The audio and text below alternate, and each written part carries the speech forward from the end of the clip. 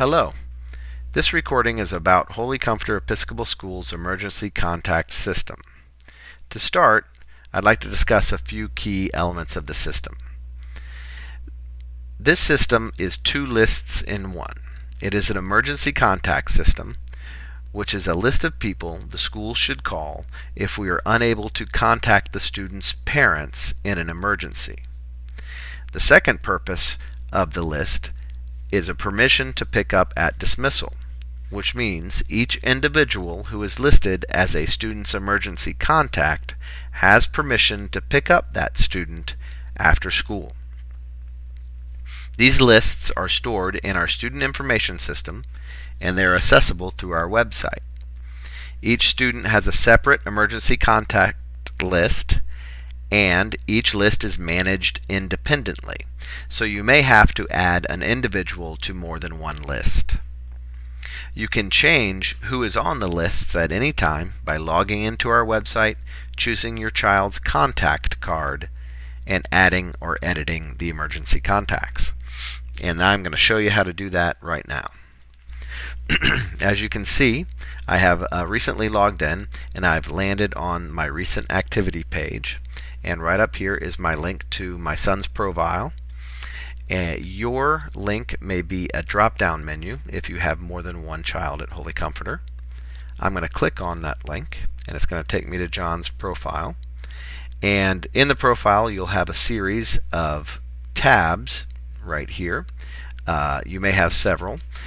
One of them will be contact card.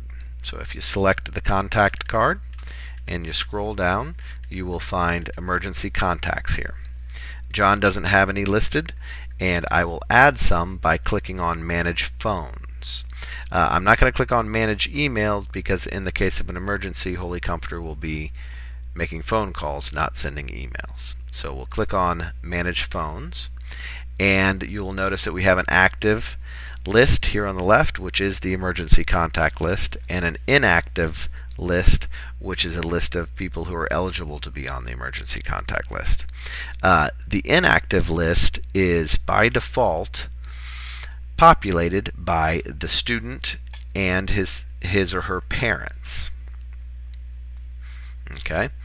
However, we don't want to add these individuals in numbers to the active list because the emergency contact list is intended to include people who should be called when we can't reach an immediate family member in the case of an emergency.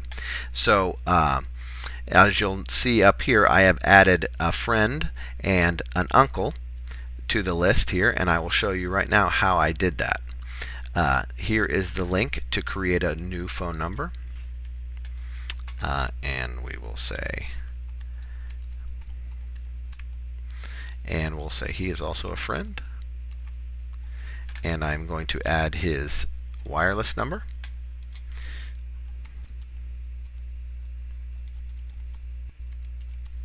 There we go.